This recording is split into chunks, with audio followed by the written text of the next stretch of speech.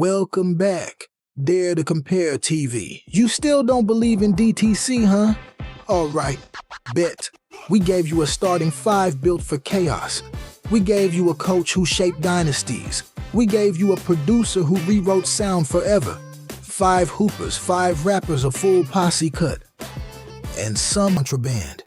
They weren't polished. They weren't groomed. They were trusted. Something rare for kids in a grown man label. And when that ROC chain dropped on their shoulders, it wasn't jewelry. It was validation. The parallel for teenagers, for prodigies, living 2 completely different lives, but under the exact same spotlight. Spotlight that hits too bright, too young, too fast. Basketball dreams, rap dreams, same era, same pressure, same timeline. 2 duos, both chosen before they were ready, both forced to grow up in front of the world. Q Rich and D Miles, 2000 to 2002. Sometimes a duo doesn't build toward a peak. Sometimes it hits the moment they show up. That's Q Rich and Darius Miles, 2000, draft night. D Miles goes 3rd overall, the highest high school draft pick ever at that time. Q Rich goes 18th, fresh off dominating at DePaul. 18 points, 10 boards, Conference USA Player of the Year. Same class, same team, same moment, and from day one, they were the show. 2000 to 2001 season, the Clippers jumped from 15 wins to 31. Not because they became contenders, but because the energy shifted. D Miles makes NBA All-Rookie First Team. Q Rich becomes the perfect young co-star. Toughness and shooting, swagger and charisma. Then the head tap celebration hits, and the culture grabs it instantly. This wasn't just basketball. It was youth movement. Baggy shorts, headbands, high-flying dunks. The Young Gunz documentary. They didn't need a playoff run. They didn't need a deep roster. They had chemistry, style, and the type of joy the league had never seen from teenagers on the same roster. 2001 to 2002 season, the Clippers climb again, 39 wins on the brink of the playoffs. Lob City before Lob City, viral energy before social media, and then New Year's Eve. 2003, Q drops 44 points, the only 40 ball of his entire 13-year career. A statement game, a timestamp moment. All of this happened in a 2-year window. That's the part people forget. Their peak wasn't built over time. It was instant, explosive, cultural. 2 kids, 2 seasons, and an entire generation copying their moves on playgrounds across America. That's not hype. That's impact. The Hot 97 freestyle. The moment everything changed. During the state property promo run, Siegel brings the entire Philly crew to Hot 97. Jay-Z is there. Bleak is there. But the moment everybody remembers, young Chris steps up to the mic. Neef is homesick, and Chris blacks out. A teenager, 16 years old, rapping like he has something to prove to the whole industry. And when Jay-Z yells out, "He only 16. The entire room shifts. That was the moment the world realized this kid was different. 2003. Can't stop, won't stop. Breakthrough moment. Then the explosion. Can't stop, won't stop. Number 14 on Billboard. Hot 100 number 6 on rap charts. Heavy rotation on MTV, BET, MTV2. Rap City, one of the biggest ROC singles of the 2000s. That record shifts them from state properties kids to national stars. 2004. Tough Love. Roc A Fella doesn't hesitate. Jay hits the green light. The label moves fast. Tough Love goes crazy. Debuts number 3 on Billboard 200 only album ahead of them. Kanye West, The College Dropout. Think about that. 2 teenagers charting right behind one of the greatest debut albums of all time. The music delivered. No Better Love, with Rail Radio anthem Friday Night. Can't Stop, Won't Stop remix with Chingy Philly had its duo. Roc A Fella had its future. Hip-hop had its next wave. Chris and Neef didn't just rise. They arrived. Instantly. See? This is the part people forget. Both duos rose fast. Not slow, not gradual, not over years. Fast. Chris and Neef went from teenage ciphers to the state property front line. Q and D Miles went from draft night to culture icons by the end of their rookie season. Different coasts, different lanes, same moment, same impact, same youth takeover. This was their rise. Pure, explosive, and undeniable. Q Rich and D Miles. The weight of expectations. The Clippers had the look of a movement, but behind the highlights, things weren't stable. Management changed, coaches rotated, veterans came in expecting structure, while Co and D Miles were still just teenagers trying to figure out the league. Then injuries started to creep in. D Miles' knees, the beginning of a long battle he never asked for. One setback, then another, then another. The instant peak turned into constant recovery. And once the Clippers blew their playoff push in 2002, front office patience faded fast. Trades happened. Roles changed. The duo that made the Clippers fun was suddenly split apart before they ever reached their potential. They weren't the problem. The environment was. That's the reality of being young in the NBA. You can be a movement and still get moved. Caught in the middle. Chris and Neef, 2005. This is where the story shifts, because the peak wasn't the problem. What came after it was. On the music side, the pressure showed up fast and heavy. After the explosion of Can't Stop, Won't Stop, after the success of Tough Love after the Billboard run, the videos, the tours, the world expected Chris and Neef to go even bigger. But behind the scenes, the ROC was changing, piece by piece. Beanie Siegel was dealing with legal trouble. Jay-Z was negotiating his next move. Power shifts, Def Jam talks, the presidency, all happening at the exact moment Chris and Neef were supposed to level up. And when Jay moved to Def Jam, the whole label shifted with him. New building, new executives, new politics, new priorities. Chris and Neef were just in their 20s in a grown man industry, caught inside real business and real conflict that had nothing to do with them. But they still had a job to do. They still had to deliver a second album, and that's where the pressure really hit. Brothers from another had the names, the looks, the features. Swizz beats on the lead single. Set It Off.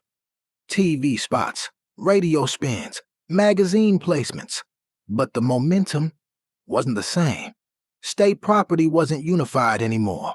The ROC wasn't unified anymore.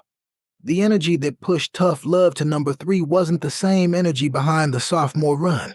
The machine that lifted Chris and Neef up wasn't built to hold them once the label split started forming. They weren't falling off. They were getting caught in everybody else's storm.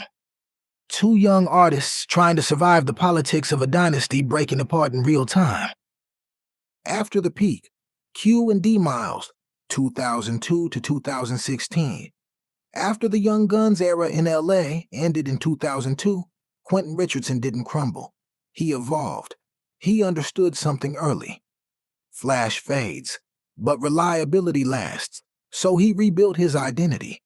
2002 to 2004. Clippers. He sharpened his shooting. He became a tougher defender. He leaned into leadership. That swagger stayed. But the game grew up. 2004 to 2005. Phoenix Suns, 7 seconds or less era. Q joins the Run and Gun Suns and becomes a perfect fit. Spot-up threes, physicality, spacing. This earns him a three-point contest championship in 2005. Another sign he wasn't done making statements. 2005 to 2009. New York Knicks. In New York, he becomes something more valuable. A locker room voice, a veteran young player's trust, someone who can talk defense, angles, toughness, someone who understands how to win possessions that don't go in the box score. Screens, charges, rotations, accountability. That's Q Rich now. 2009 to 2012. Heat, Magic. By the end of his career, Q wasn't the kid with the head tap. He was the professional every team wants in the building. He didn't fade out. He grew up. And the respect he earned in those 10 years? Real hoopers still talk about it. 2006 to 2010. The grind years. Post Roc A Fella. When the ROC split fully, both Chris and Neef went into survival mode. Neef Buck, 2006 to 2010. Stayed loyal to the craft. Mixtapes, street tapes, local grind, independent releases. No major machine, but consistent. He wasn't chasing the industry. He was feeding the streets. Young Chris, 2006 to 2010. Stayed active everywhere. Mixtapes, guest verses, still connected to Philly's rap scene. Chris was the one bridging eras, carrying the ROC DNA into the next generation. 2011, the Meek Mill moment. When Meek Mill dropped House Party in 2011, he brought young Chris with him. That wasn't charity. That was respect. It showed the city still believed in Chris, the new Philly star reaching back to the ROC era Young Gunz who paved the lane before him. That feature kept Chris in the mix and introduced him to a whole new audience that didn't grow up on state property. Philly connection, generational moment, real legacy. 2012 to 2015. Reinvention years. Chris. Mixtapes, remixes, online drops, built a new identity, independent, hungry, respected. Neef. Dropped forever. Do Me mixtape series, stayed consistent, built his own fan base brick by brick, quiet grind, steady presence. Together, they remained a duo, but also became their own men. 2 careers, 2 grinds, 1 bond, not chasing mainstream, but earning longevity. That's real survival. And on the basketball side, their second life became even more iconic than their first. 2019, Knuckleheads podcast launches. A simple concept, a legendary first question. Who was the first person to bust your ass when you got to the league? That one line changed basketball media forever. Q Rich brings the veteran insight, the voice of someone who lived every locker room role. D. Miles brings honesty, humor, pain, and perspective, from high school phenom to injury survivor to cultural storyteller. Together, they built the blueprint for NBA storytelling, raw, funny, emotional, real. Today, Knuckleheads is a staple. From rookies to Hall of Famers to legends of the game, their partnership didn't end in 2002. It matured. Fast forward to 2025, and Chris proves the pen still works at the highest level, dropping Fine Dining, a full collaborative project with Dave East. A perfect full-circle moment. A kid from Philly in 2003 now standing next to a New York heavyweight in 2025. 20 years later, the skill never left, the respect never left, the relevance never left. Neef didn't chase headlines, but he never left the craft. Mixtapes, indie albums, and features through the late 2000s and 2010s, always representing Philly, always keeping the state property spirit alive. And today, Neef is still on stages.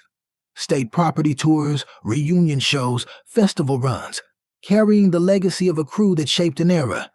He didn't go commercial. He went consistent. That's its own kind of legacy. Woo childhood friends from Philly, still rocking together 20 to 25 years later. State property reunion tours, live shows across the country, podcast appearances, a catalog that aged into nostalgia and respect. Most duos fall apart. Chris and Neef stayed solid. That's bigger than charts. Legacies don't always look like rings, or platinum plaques, or perfect storybooks. Sometimes the real legacy is what survives after the spotlight moves on. And for all four of these men, the story kept going. Four teenagers came into two different worlds at the same time. Basketball, rap, different arenas, the same fight. Chris and Neef, still creating, still performing, still respected by the culture they helped shape. Q Rich and D Miles, still telling stories, still elevating the next generation, still influencing how fans understand the game. Two duos who didn't just peak young, they survived young. They reinvented, they grew, they found new lanes, and built new legacies. That's the real superstar story. This is Dare to Compare TV, where the booth meets the hardwood, where bars equal buckets. And if you haven't by now, like, share, hit that sub button, and turn on notifications. See you next Friday. Same Dare time, same Dare place. Let's see where we go next.